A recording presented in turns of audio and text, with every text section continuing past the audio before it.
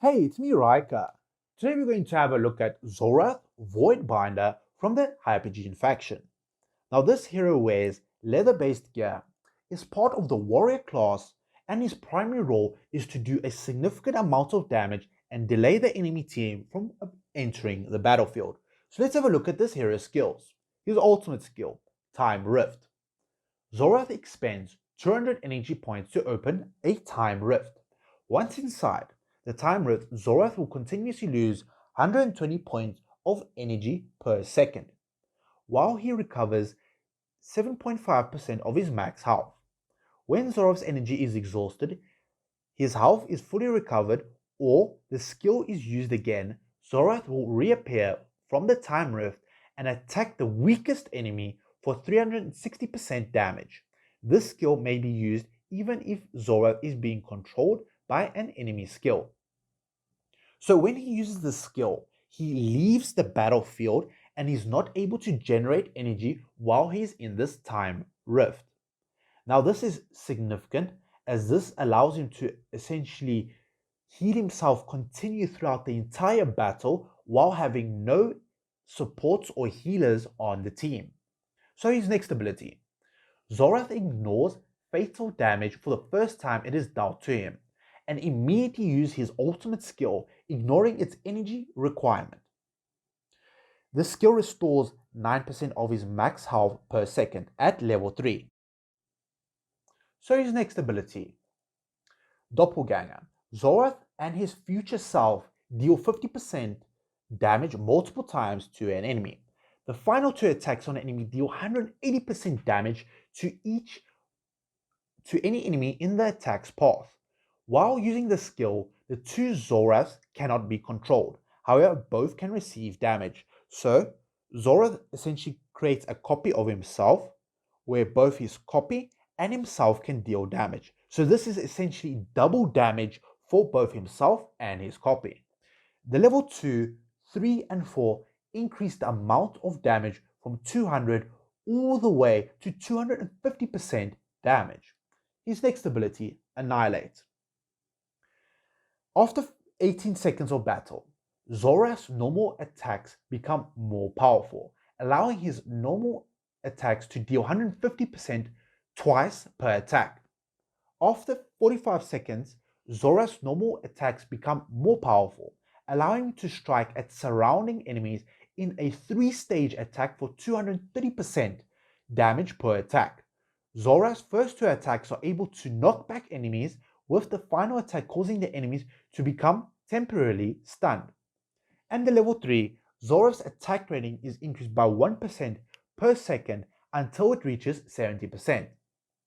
So from here we can immediately identify that he needs a significant amount of investment in order to deal a significant amount of damage. So as he's more invested in, he'll be able to easily be able to control the enemies by himself and deal most of the damage using these abilities. Now the 30 engravings, Zolrath's attack rating is increased to 1.5 seconds per second until it reaches 80%. So his next ability, Deja Vu. When Zolrath is on the brink of death and all of his allies are already dead, Zolrath will turn back time, causing the battle to be reverted to its start. Zolrath will maintain the effects of his Annihilate skill even after the battle has been reverted. So Annihilate is the damage stacking and the stuns and the change of his normal attacks to even more powerful attacks. So this is the skill over here, Annihilate. And the skill may only be used once per battle and can only be used in certain game modes. So what this means is, if Zolrath is the last hero standing and he has dealt fatal damage to him, he'll essentially turn back time. So the battle will begin from the beginning with all your allies being at full health and any energy they may have, and you'll be able to start the fight again. However, Zolrath will be essentially super powerful as he'll have all the attack rating, stuns, knockbacks, and all the increases to his damage. From the start of battle, Zolrath steals 15% of his non-summoned allies' defense to strengthen himself, up until the skill is used or the battle ends. from which point the attributes are returned to his allies. After time has been turned back, Zolrath's haste will be increased by 40 points for the first 12 seconds of battle. The level 4, after time has been turned back, this is his 60 engravings, Zolrath is immune to control effects for the following 12 seconds. So let's have a look at his signature item. Prey. This is his unlock ability. Damage dealt to enemies with a lower health percentage than Zolrath is increased by 10%. As Zolrath can continuously be healing himself, he most likely will always be higher percentage than the enemy. Now, even though you are fighting maybe at a higher deficit or the enemies have significantly more health, this is a percentage value. So if Zolrath is at 100% and the enemies are at 50%, Zolrath will still gain benefit from this signature item. So his 10 unlock. Damage dealt to enemies with a lower health percentage than Zolrath is increased by 25%. The 20 unlock. Damage dealt to enemies with a lower health percentage than Zolrath is increased by 40%. And the 30 unlock. Damage ignores defense rating and damage immunity effects of enemies which have less than 40% of their max health. So this is extremely powerful, especially when fighting heroes that have immunities. So if a hero, for example, such as Brutus, has his immunity shield and is on 1 health, Zolrath will immediately be able to attack this ally and one-shot this enemy and remove this enemy from the battlefield.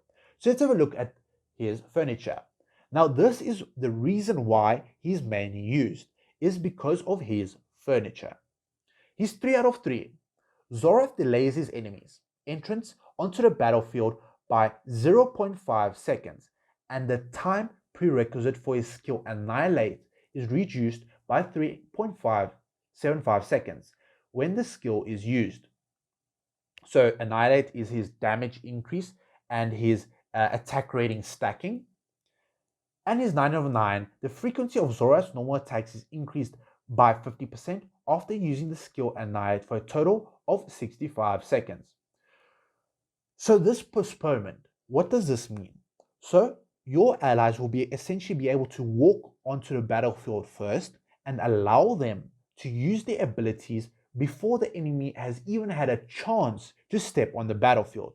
So if you, for example, have an Eron on your team, he will be able to essentially stand on the front row and be able to pull the enemies back onto himself easily without being interrupted because of this delay of the enemies.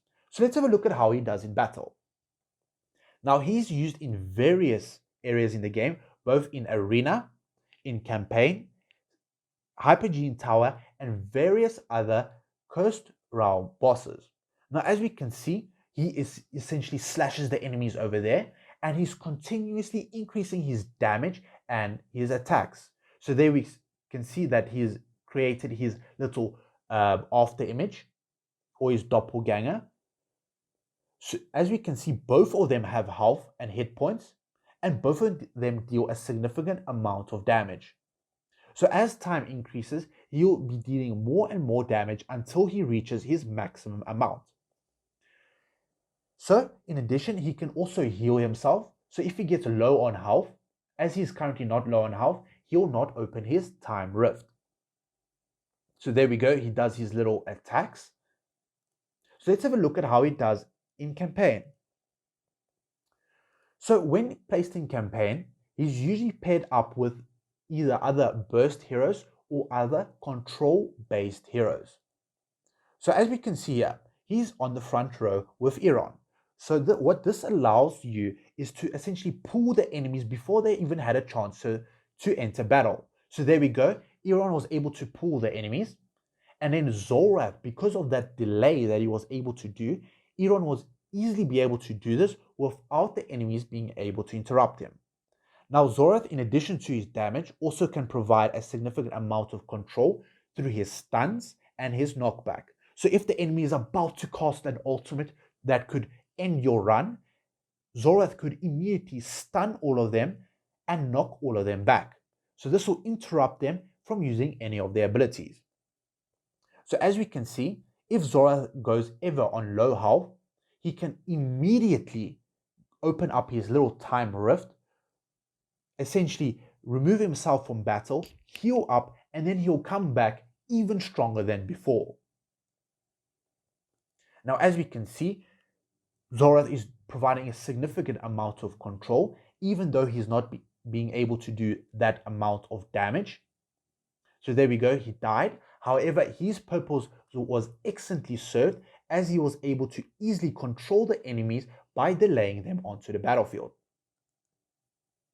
So now when we see this, we can see that he did not do the most amount of damage. However, his utility is extremely powerful.